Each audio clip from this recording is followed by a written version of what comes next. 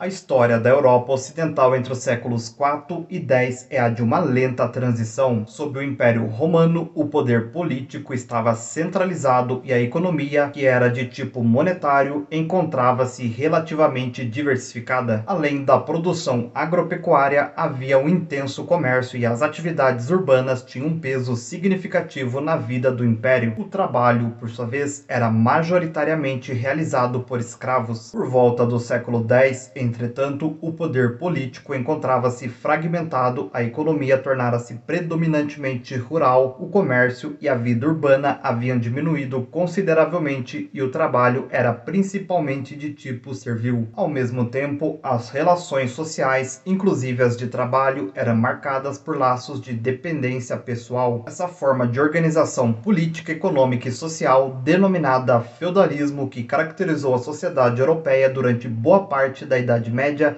será o tema central desse vídeo. Esse vídeo é o 8º da série que buscará contar toda a história da Idade Média. É importante que você assista todos os vídeos dessa playlist na sequência para ter o melhor entendimento do assunto. Que bom ter você por aqui novamente para mais uma videoaula. Eu sou o Lucas Chave, como sempre peço um favorzão seu que é para que você deixe aquele like para que esse conteúdo alcance mais pessoas. O processo de ruralização da sociedade, que esteve na base de formação do feudalismo, foi em grande parte decorrente das invasões germânicas. Estas, ao criarem um clima de insegurança geral no mundo romano, levaram as pessoas a fugir das cidades para o campo, onde se colocavam sob a proteção dos grandes proprietários trabalhando em suas terras como colonos. Com a ruralização e as sucessivas invasões, as estradas se deterioraram, o comércio e a circulação de dinheiro se reduziram e as unidades rurais se tornaram cada vez mais autossuficientes. A vida passou a girar em torno da vila, herdada da crise do escravismo romano. Uma das consequências desse processo foi o declínio do exército como força pública. Em seu lugar, formaram-se forças privadas baseadas nos costumes germânicos, como o comitatus, que era um bando armado que se organizava temporariamente e se baseava na reciprocidade das relações entre comandantes e comandados. De acordo com essa relação, o comandado prometia servir ao comandante e este se comprometia a defender o comandado. No Reino Franco, o poder dos senhores de terra começou a aumentar sob a dinastia dos Merovingios. Como não havia exércitos permanentes para as campanhas militares, os governantes doavam terras a chefes guerreiros para que estes se integrassem com seus homens às forças que deveriam combater os possíveis inimigos sob o comando do rei ou do mordomo do palácio. Sob Carlos Martel e seus descendentes, isto é, a dinastia carolíngia, multiplicaram-se as concessões de terras. Na campanha contra os árabes, por exemplo, cujo momento decisivo foi a Batalha de Poitiers, em 732, Carlos Martel chegou a dividir territórios da igreja, criando, para compensá-la pelas perdas, um dízimo obrigatório a ser pago aos religiosos em todo o reino. As concessões de terras e de outros direitos, chamados de feudos, eram feitas principalmente pelo rei. Entretanto, outros grandes proprietários podiam também ceder terras e direitos. Aquele que concedia um feudo, fosse ele na forma de terras ou de direitos ou privilégios, era chamado de suzerano. Quem recebia a concessão era denominado de vassalo. Quase sempre os contratos de suzerania e vassalagem eram acordos que tinham fundo militar. Por meio deles, um nobre, que era o vassalo, colocava-se sob a autoridade de outro nobre, que era o suzerano, e em troca de um feudo recebido, oferecia sua lealdade e apoio militar. Quando um suzerano dispunha-se a receber em sua clientela um novo vassalo, comprometia-se a dar-lhe condições de sobreviver e de se armar. Dessa forma, a terra, que era o principal objeto de concessão como feudo, funcionava como contrapartida do suzerano ao vassalo pelos serviços prestados, mas não era a única. Um feudo podia ser também a concessão do direito de cobrar impostos numa determinada região ou do direito de cobrança de pedágio sobre uma ponte. Entretanto, apesar dessas variações, o principal objeto de concessão como feudo era, de fato, um pedaço de terra. E como a função do vassalo era sobretudo se preparar para a guerra, ela lhe era outorgada juntamente com os respectivos trabalhadores, ou seja, os servos. Um suzerano podia ter quantos vassalos suas posses lhe permitissem.